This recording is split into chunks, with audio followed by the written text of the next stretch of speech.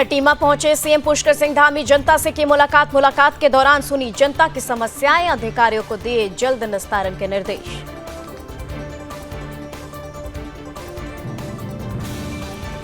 हल्द्वानी को smart city बनाने की तैयारी में जुटी धामी सरकार, स्मार्ट सिटी बनाने को लेकर तेजी से हो रहा काम, सीएम धामी ने किया कामों का निरीक्षण।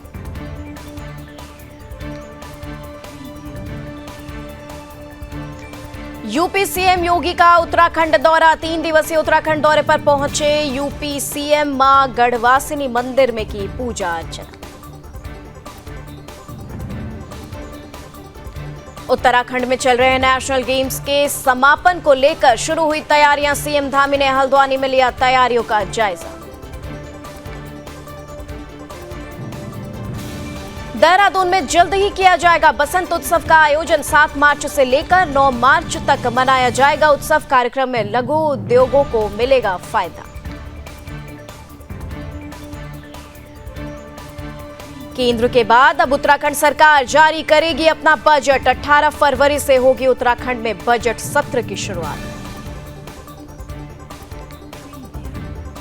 उत्तराखंड में सभी निकायों पर 7 फरवरी तक होगा शपथ ग्रहण समारोह, शहरी विकास मंत्री प्रेमचंद अग्रवाल ने दी जानकारी।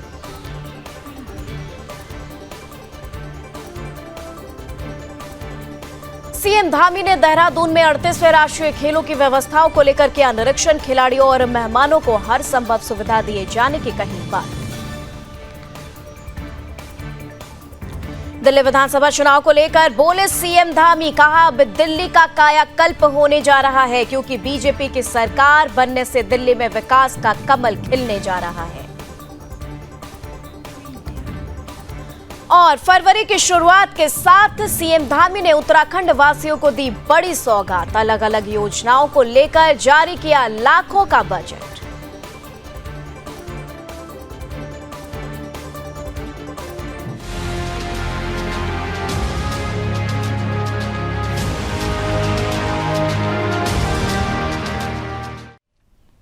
नमस्कार, अपना उत्तराखंड में आपका स्वागत है। मैं हूं आपके साथ निम्न सिन्हा और चलिए उत्तराखंड की खबरों पर नजर डालते हैं। और सबसे पहले बात उधम सिंह नगर की करेंगे।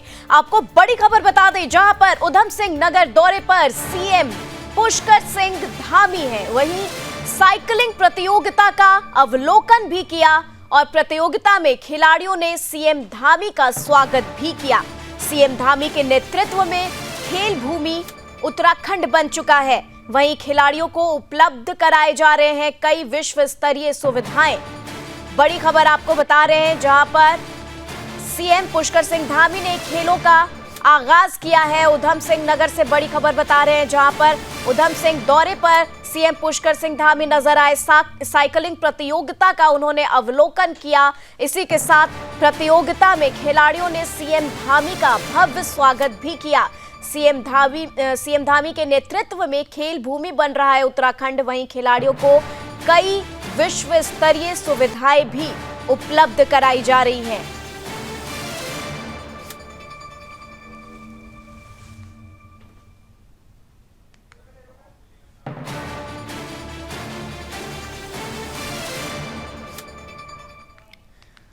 और वहीं सीएम पुष्कर सिंह धामी का खटीमा दौरा सामने आ रहा है। आपको बता दें बड़ी खबर, जहां पर सीएम पुष्कर सिंह धामी खटीमा दौरे पर थे और इसी के साथ कार्यकर्ताओं ने उनका सीएम धामी का जोरदार स्वागत किया है। फूल और भेंट देकर सीएम का भव्य स्वागत किया गया है।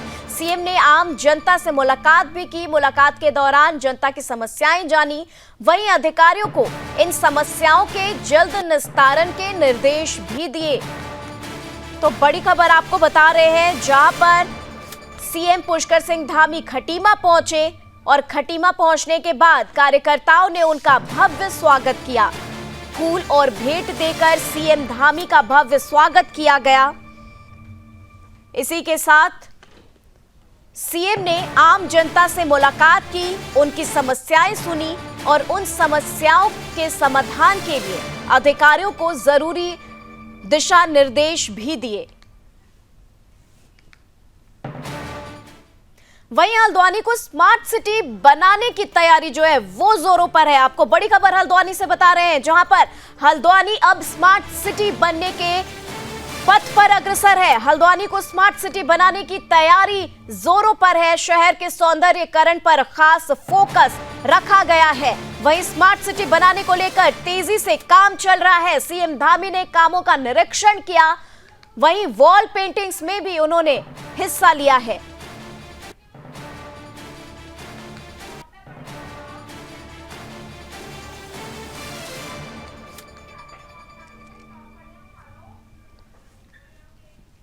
और चलिए सीधा यहां से रुक करते हैं राज्यसभा की ओर, जहां इस वक्त प्रधानमंत्री मोदी क्या कह रहे हैं, देखिए। विस्तार से चर्चा की है। देश को आगे की दिशा भी दिखाई है। आदरणीय राष्ट्रपति जी का अभिभाषण प्रेरक भी था, प्रभावी भी था और हम सब के लिए भविष्य के काम का मार्गदर्शन भी था। मैं आदरणीय राष्ट्रपति जी के उद्बोधन पर धन्यवाद करने के लिए उपस्थित हुआ हूं।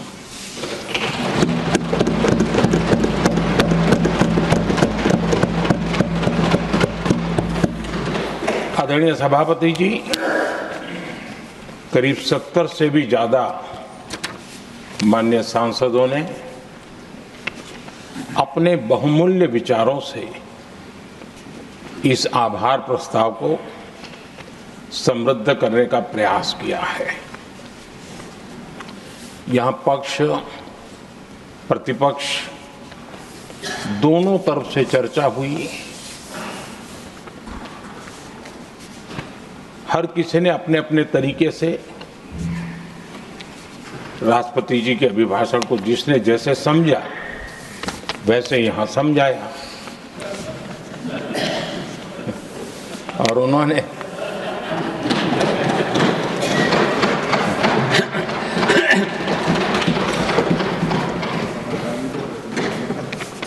आदरणीय सभापति जी, यहां पर सबका साथ सबका विकास, इस पर बहुत कुछ कहा गया। मैं समझ नहीं पाता हूं कि इसमें कठिनाई क्या है। सबका साथ सबका विकास, ये तो हम सबका दायित्व है और इसीलिए तो देश ने हम सबको यहां बैठने का अवसर दिया है। और उसमें लेकिन जहां तक कांग्रेस का सवाल है, उनसे सबका साथ सबका विकास, इसके लिए कोई अपेक्षा करना मैं समझता हूं कि बहुत बड़ी गलती हो जाएगी।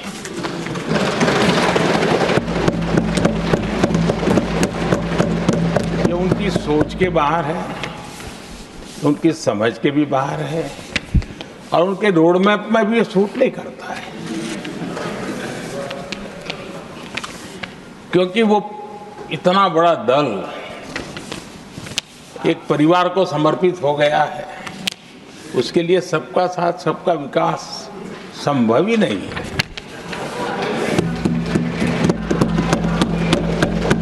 आदरणीय सभापति जी, कांग्रेस ने राजनीति का एक ऐसा मॉडल तैयार किया था जिसमें झूठ, फरेब, भ्रष्टाचार, परिवारवाद, तुष्टीकरण, सबका गालमेल था। जहां सबका गालमेल हो वहां सबका साथ हो ही नहीं सकता।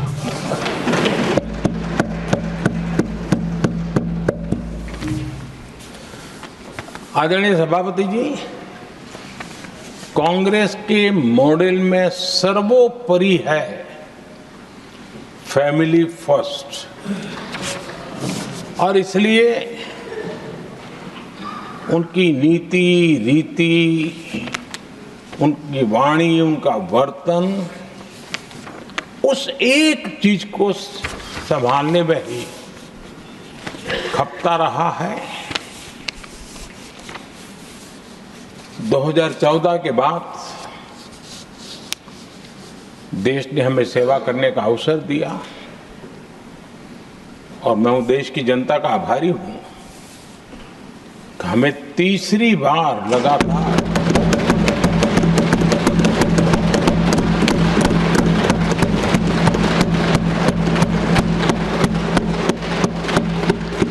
ये तीसरी बार जनता यहां पहुंचाती है। इतने बड़े देश में इतनी वाइब्रेंट डेमोक्रेसी हो, वाइब्रेंट मीडिया हो, हर प्रकार के बातें बताने की छूट हो, उसके बावजूद भी देश दूसरी बार तीसरी बार हमें सेवा करने का मॉडल बनाती है। इसका कारण देश की जनता ने हमारे विकास के मॉडल को परखा है, समझा है और समर्थन दिया है। और हमारा ये विकास का मॉडल को अगर मुझे एक शब्द में कहना है तो मैं ये कहूंगा, नेशन फर्स्ट, राष्ट्र प्रथम। इसी एक उम्दा भावना और समर्पित भाव से हमने लगातार अपनी नीतियों में, अपने कार्यक्रमों में, हमारे वाणी में, वर्तन में इसी एक बात को मानदंड मान करके देश की सेवा करने का प्रयास किया है। और आदरणीय सभापति जी, मैं बड़े गर्व के साथ भी कहता हूं, बड़े संतोष के साथ कहता हूं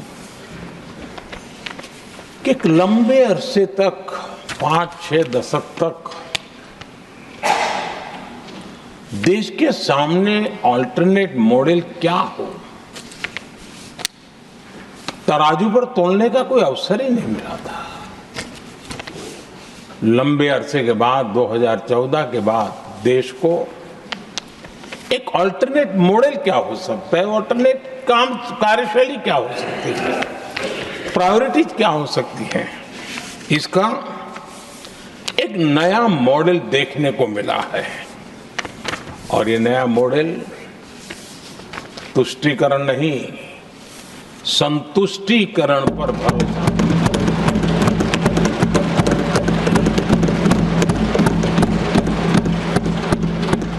पहले के मॉडल में, खास करके कांग्रेस के कालखंड में, तुष्टीकरण, हर चीज में तुष्टीकरण, यही उनका एक प्रकार से औषधि बन गई थी उनकी राजनीति को करने की। और उन्होंने स्वार्थ नीति, राजनीति, देश नीति, सबका एक घोटाला करके रखा हुआ था। तरीका ये होता था कि छोटे तबके को कुछ दे देना और बाकियों को तरसा कर रखना, और जब चुनाव आए तब कहना, देखो उनका मिला है, शायद आपको भी मिल जाएगा। और इस प्रकार से झुनझुना बांटते रहना, लोगों के आंखों पर पट्टी बांध करके अपनी राजनीतिक सियासत को चलाए रखना, ताकि चुनाव के समय वोट की खेती हो सके। यही कार्य चलता रहा। आदरणीय सभापति जी, हमारी कोशिश रही है कि भारत के पास जो भी संसाधन है, उन संसाधनों का ऑप्टिमम यूटिलाइजेशन किया जाए। भारत के पास जो समय है, उस समय का भी बर्बादी से बचा करके पल पल का उपयोग देश की प्रगति के लिए, जन सामान्य के कल्याण के लिए, उसी पर वो खर्च हो। और इसलिए हमने एक अप्रोच अपनाया, सैचुरेशन का अप्रोच।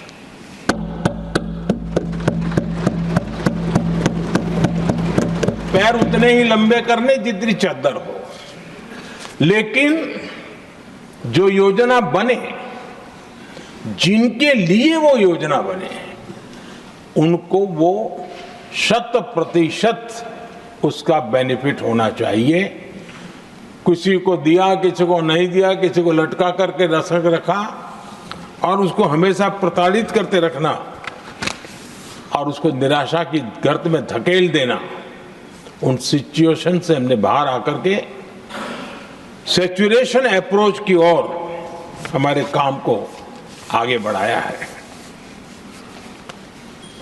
बीते दशक में हमने हर स्तर पर सबका साथ, सबका विकास की भावना को जमीन पर उतारा है और वो आज देश में जिस प्रकार से बदलाव नजर आ रहा है, फल के रूप में हम अनुभव करने लगे हैं।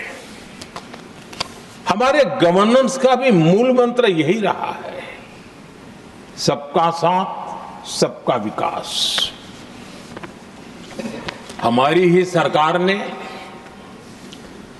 SC, ST एक्ट को मजबूत बनाकर दलित और आदिवासी समाज के सम्मान और उनके सुरक्षा के संबंध में अपनी प्रतिबद्धता भी दिखाई और हमने उसको बढ़ाया।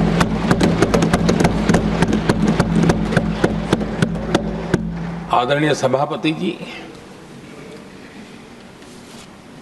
आज जातिवाद का जहर फैलाने के लिए भरपूर प्रयास हो रहा है, लेकिन 3 दशक तक दोनों सदन के ओबीसी एमपीस और सभी दलों के ओबीसी एमपीस सरकारों से मांग करते रहे थे कि ओबीसी आयोग को संवैधानिक दर्जा दिया जाए। ठुकरा दिया गया, इनकार किया गया, क्योंकि शायद उस समय उनकी राजनीति को ये सूट नहीं करता होगा, क्योंकि तुष्टीकरण की राजनीति के और फैमिली फर्स्ट की राजनीति में जब वो बैठेगा तब तक वो चर्चा तक के हित में भी नहीं आता है।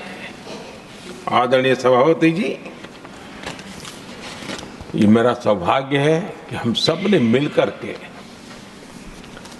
3 दशक से मेरे ओबीसी समाज ने जिस बात के लिए मांगे की, आशाएं रखी, जिसको निराश करके रखा गया था, हमने आकर के इस आयोग को संवैधानिक दर्जा दिया।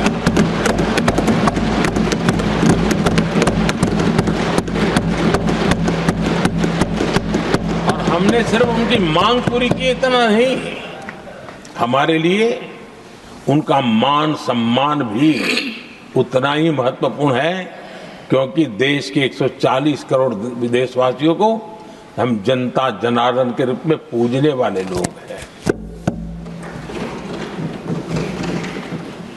आदरणीय सभापति जी, हमारे देश में जब जब आरक्षण का विषय आया तो उसको एक तंदुरुस्त तरीके से समस्या के समाधान के लिए सत्य को स्वीकार करते हुए करने का प्रयास नहीं हुआ। हर चीज में देश में विभाजन कैसे हो, तनाव कैसे पैदा हो, एक दूसरे के खिलाफ दुश्मनी कैसे पैदा हो, वही तरीके अपनाए गए हैं। देश आजाद होने के बाद जब जब ये प्रयास हुए हैं, इसी तरीके से हुए हैं। पहली बार हमारी सरकार ने एक ऐसा मॉडल दिया और सबका साथ सबका विकास के मंत्र की प्रेरणा से दिया कि हमने सामान्य वर्ग के गरीब को 10% आरक्षण दिया, बिना तनाव के, बिना किसी का छीन करके। और जब ये निर्णय किया तो एससी समुदाय ने भी उसको स्वागत किया, एसटी समुदाय ने भी स्वागत किया, ओबीसी समुदाय ने भी स्वागत किया। किसी को भी पेट में दर्द नहीं हुआ, क्योंकि इतना बड़ा निर्णय, लेकिन करने का तरीका था सबका साथ सबका विकास। और तब जाकर के बहुत ही स्वस्थ शांत तरीके से पूरे राष्ट्र ने इस बात को स्वीकार किया। आदरणीय सभापति जी, हमारे देश में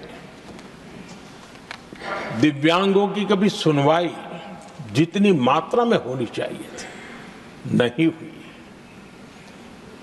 जब सबका साथ सबका विकास का मंत्र होता है ना, तब मेरे दिव्यांग जन भी उस सबके कैटेगरी में होते हैं।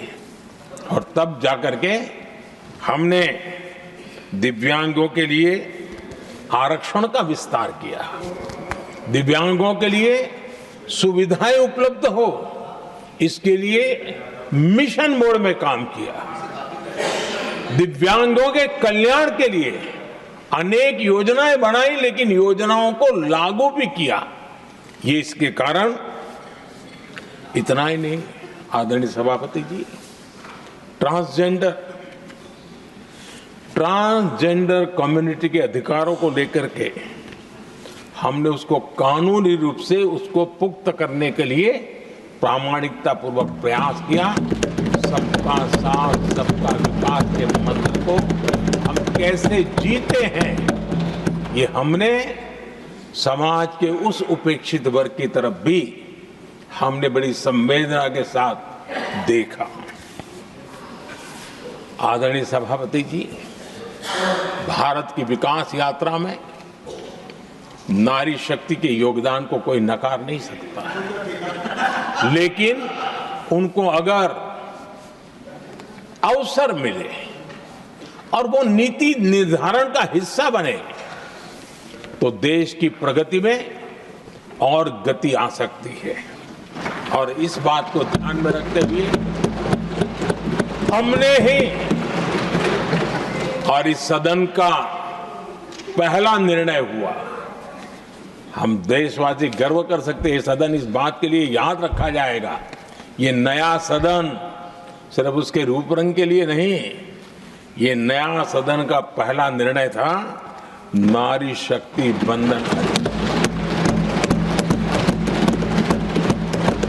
इस नए सदन को हम किसी और तरीके से भी कर सकते थे, हम हमारी वाहवाही के लिए भी उपयोग कर सकते थे, पहले भी होता था, लेकिन हमने तो मातृशक्ति की वाहवाही के लिए इस सदन का आरंभ किया था।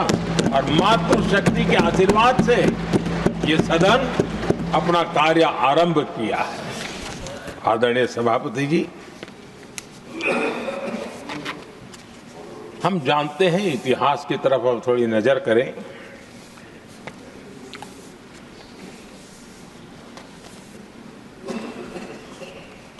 यानी मैं कह रहा हूं इसलिए नहीं, बाबा साहब आंबेडकर के साथ कांग्रेस को कितनी नफरत रही थी, उनके प्रति कितना गुस्सा था, और किसी भी हालत में बाबा साहब की हर बात के प्रति कांग्रेस चिढ़ जाती थी। और इसके सारे दस्तावेज मौजूद है। और इस गुस्से को दो बार बाबा साहब को चुनाव में पराजित करने के लिए क्या कुछ नहीं किया गया।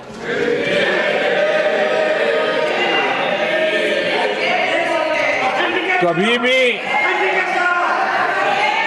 बाबा साहब को कभी भी बाबा साहब को भारत रत्न के योग्य नहीं समझा गया। आदरणीय सभापति जी, कभी भी बाबा साहब को भारत रत्न योग्य नहीं समझा गया। इतना ही नहीं, आदरणीय सभापति जी, इस देश के लोगों ने बाबा साहब की भावना का आदर किया, सर्व समाज ने आदर किया, और तब आज मजबूरन कांग्रेस को जय भीम बोलना पड़ रहा है, उनका मुंह सूख जाता है।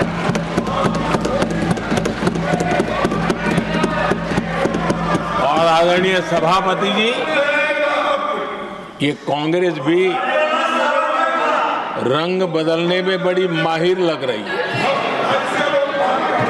कितनी तेजी से अपना नकाब बदल देते हैं, ये इसमें साफ साफ नजर आ रहा है। आदरणीय सभापति जी, आप कांग्रेस का अध्ययन करेंगे तो कांग्रेस की राजनीति, जैसे हमारा मूल मंत्र रहा सबका साथ सबका विकास, वैसा उनका हमेशा रहा कि दूसरे की लकीर छोटी करना।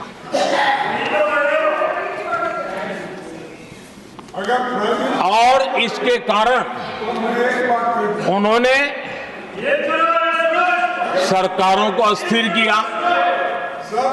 किसी भी राजनीतिक दल की सरकार कहीं बनी तो उसको अस्थिर कर दिया, क्योंकि लकीर छोटी करो दूसरे की, इसी काम में वो लगे रहे। और ये जो उन्होंने रास्ता चुना है ना, औरों की लकीर छोटी करने का, लोकसभा के बाद भी जो उनके साथ थे वो भी भाग रहे हैं, क्योंकि उनको पता चला गया ये तो हमें भी मार डालेंगे। और यही उनकी नीतियों का परिणाम है कि आज ये हाल हो गए हैं कांग्रेस के। देश की सबसे पुरानी पार्टी, आजादी के आंदोलन से जुड़ी पार्टी, इतनी दुर्दशा। ये औरों की लकीर छोटी करने में अपनी शक्ति खपा रहे हैं ना। अगर वो खुद की लकीर लंबी करते तो उनकी ये दशा नहीं होती। और मैं बिना मांगे एडवाइस दे रहा हूं, आप अपनी लकीर लंबी करने में मेहनत कीजिए, सोचिए, तो कभी न कभी देश आपको भी ये 10 मीटर दूर यहां आने का अवसर देगी।